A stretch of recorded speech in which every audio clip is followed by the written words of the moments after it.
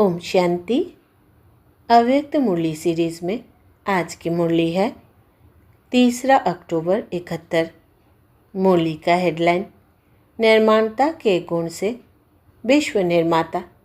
आज बाप दादा किन्हों को देख रहे हैं? आप कौन हैं? आज बाप दादा आपको किस रूप में देख रहे हैं यह जानते हो? मास्टर नॉलेजफुल नहीं हो। जब मास्टर नॉलेजफुल हो तो यह नहीं जान सकते हो कि बाप किस रूप में देख रहे हैं। बच्चे तो है ही, लेकिन किस रूप में देख रहे हैं? बाप दादा देख रहे हैं कि इतने सभी विश्व निर्माता है। विश्व के निर्माता हो। बाप के साथ साथ बाप के कर्तव्य में मददगार हो। नई विश्व का निर्माण करना यही कर्तव्य है ना? उसी कर्तव्य में लगे हुए हो। वह भी लगना है तो विश्व निर्माता नहीं हुए।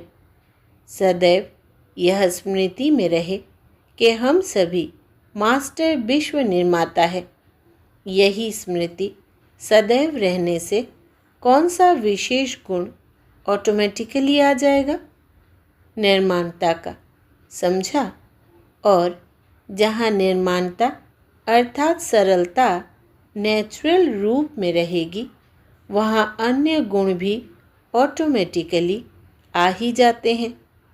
तो सदैव इस स्मृति में स्वरूप में स्थित रहकर फिर हर संकल्प व कर्म करो।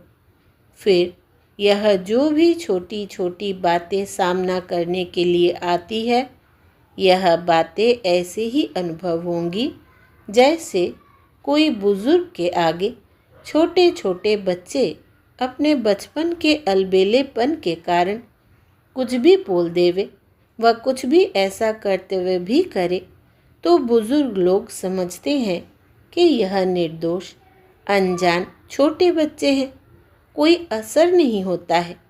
ऐसे ही जब मास्टर विश्व निर्माता अपने को समझेंगे तो यह माया के छोटे छोटे विघ्न बच्चों के खेल समान लगेंगे। जैसे छोटा बच्चा अगर बचपन के अनजानापन में नाक कान भी पकड़ ले तो जोश आएगा, क्योंकि समझते हैं बच्चे निर्दोष अनजान है, उनका कोई दोष दिखाई नहीं पड़ता। ऐसे ही माया भी अगर किसी आत्मा द्वारा समस्या व विघ्न व परीक्षा पेपर बनकर आती है तो उन आत्माओं को निर्दोष समझना चाहिए। माया ही आत्मा द्वारा अपना खेल दिखा रही है। तो निर्दोष के ऊपर क्या होता है? तरस रहम आता है ना? इस रीति से कोई भी आत्मा निमित्त बन जाती है, लेकिन है निर्दोष आत्मा। अगर उस दृष्टि से हर आत्मा को देखो तो फिर पुरुषार्थ की स्पीड कब ढीली हो सकती है? हर सेकंड में चढ़ती कला का अनुभव करेंगे। सिर्फ चढ़ती कला में जाने के लिए यह समझने की कला आनी चाहिए। 16 कला संपूर्ण बनना है ना? तो यह भी कला है। अगर इस कला को जान जाते हैं तो चढ़ती कला ही है। वो कब रुकेगा नहीं, उसकी स्पीड कब ढीली नहीं हो सकती। हर सेकंड में तीव्रता होगी। और अभी रुकने का समय भी क्या है? रुककर उन आत्माओं के कारण और निवारण को हल करने का अभी समय है। अभी तो बड़े बुजुर्ग हो गए हो। अभी तो वानप्रस्थावस्था में जाने का समय समीप आ रहा है। अपना घर सामने दिखाई नहीं देता है। आखिरी यात्रा समाप्त कर घर जाना है। कोई भी बात भिन्न भिन्न रूपों भिन्न भिन्न बातों से सामने जब आती है तो पहले यह समझना चाहिए कि इन समस्याओं व भिन्न भिन्न रूपों की बातों को कितना बार हल किया है और करते करते अनुभवी बने हुए हो। कितने बार के अनुभवी हो याद है? अनेक बार किया है, यह याद आता है। कल्प पहले पास किया है, क्रॉस किया होगा, क्रॉस किया था व क्रिया होगा। यह नहीं समझते कि अगर अनेक बार यह अनुभव नहीं किया होता तो आज इतने समीप कैसे आते। यह हिसाब लगाना नहीं आता। पांडव तो हिसाब में होशियार होने चाहिए, लेकिन शक्तियाँ नंबर 1 हो गई।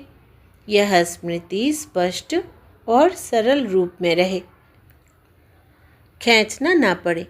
अगर कल्प पहले की बात अभी तक बुद्धि में खींच कर लाते रहते हो तो क्या कहेंगे? ज़रूर कोई माया की खिंचावट अभी है, इसलिए बुद्धि में कल्प पहले वाली स्मृति स्पष्ट और सरल रूप में नहीं आती है और इसलिए ही विघ्नों को पार करने में मुश्किल अनुभव होता है। मुश्किल है नहीं, जितना पुरुषार्थ का समय चला है, जितना नॉलेज की लाइट और माइट मिली है, उस प्रमाण वर्तमान समय सरल और स्पष्ट होना चाहिए। इतना स्पष्ट हो जैसे 1 मिनट पहले अगर कोई कार्य किया तो वो याद रहता कि वो भी भूल जाता है। तो ऐसे ही 5000 वर्ष के बाद ऐसे स्पष्ट अनुभव हो जैसे 1 मिनट पहले किया हुआ कार्य है। जैसे पावरफुल कैमरा होती है तो 1 सेकंड में कितना स्पष्ट चित्र खींच लेती है। कितना भी दूर का दृश्य हो वो भी स्पष्ट सम्मुख आता जाता है। तो क्या पावरफुल कैमरामैन नहीं बने हो? कैमरा है कि दूसरे का लोन पर लेकर यूज़ करते हो? पावरफुल है। कल्प पहले के चित्र उसमें स्पष्ट आ जाते हैं। यह जो मन है यह एक बड़ी कैमरा है। हर सेकंड का चित्र इसमें खींचा नहीं जाता। कैमरा तो सभी के पास है, लेकिन कोई कैमरा नज़दीक के चित्र को खींच सकती है और कोई कैमरा चंद्रमा तक भी फ़ोटो खींच लेती है तो वो भी कैमरा, वो भी कैमरा। और यहाँ की छोटी मोटी भी कैमरा तो है ना। तो हर एक के पास कितना पावरफुल कैमरा है। जब वो लोग चंद्रमा से यहाँ, यहाँ से वहाँ का खींच सकते हैं, तो आप साकार लोक में रहते निराकारी दुनिया का, आकारी दुनिया का, वही सारी सृष्टि के पास्ट व भविष्य का चित्र नहीं खींच सकते हो। कैमरा को पावरफुल बनाओ, जो उसमें जो बात, जो दृश्य जैसा है वैसा दिखाई दे, भिन्न भिन्न रूप में दिखाई नहीं दे। जो है जैसा है वैसे स्पष्ट दिखाई दे, इसको कहते हैं पावरफुल। फिर बताओ, कोई भी समस्या समस्या का रूप होगा या खेल अनुभव होगा? तो अब की स्टेज के अनुसार ऐसी स्टेज बनाओ, तब कहेंगे तीव्र पुरुषार्थी। अगर ऐसे कैमरा द्वारा चित्र पहले खींचते जाते हैं, उसके बाद साफ कराने के बाद मालूम पड़ता है कि कैसे खींचे हैं। इसी रीति से सारे दिन में जो अपने अपने ऑटोमेटिक कैमरा द्वारा अनेकानेक चित्र खींचते रहते हो, रात को फिर बैठकर क्लियर देखना चाहिए कि किस प्रकार के चित्र आज इस कैमरे द्वारा खींचे, और जो जैसे है वैसे ही चित्र खींचे व कुछ नीचे ऊपर भी हो गया। कभी कभी कैमरा ठीक ना होने के कारण सफ़ेद चीज़ भी काली हो जाती है, रूप बदल जाता है, फीचर्स भी बदल जाते हैं। तो यहाँ भी कभी कभी कैमरा ठीक क्लियर न होने के कारण बात समस्या बन जाती है। उनकी रूपरेखा बदल जाती है, उनका रंग रूप भी बदल जाता है। यथार्थ का अयथार्थ रूप भी कब खींचा जाता है। इसलिए सदैव अपने कैमरे को क्लियर और पावरफुल बनाओ। अपने को सेवाधारी समझने से त्याग, तपस्या सभी आ जाता है।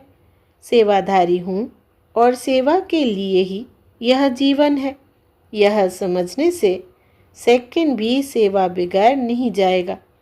तो सदा अपने को सेवाधारी समझते चलो और अपने को बुजुर्ग समझना चाहिए।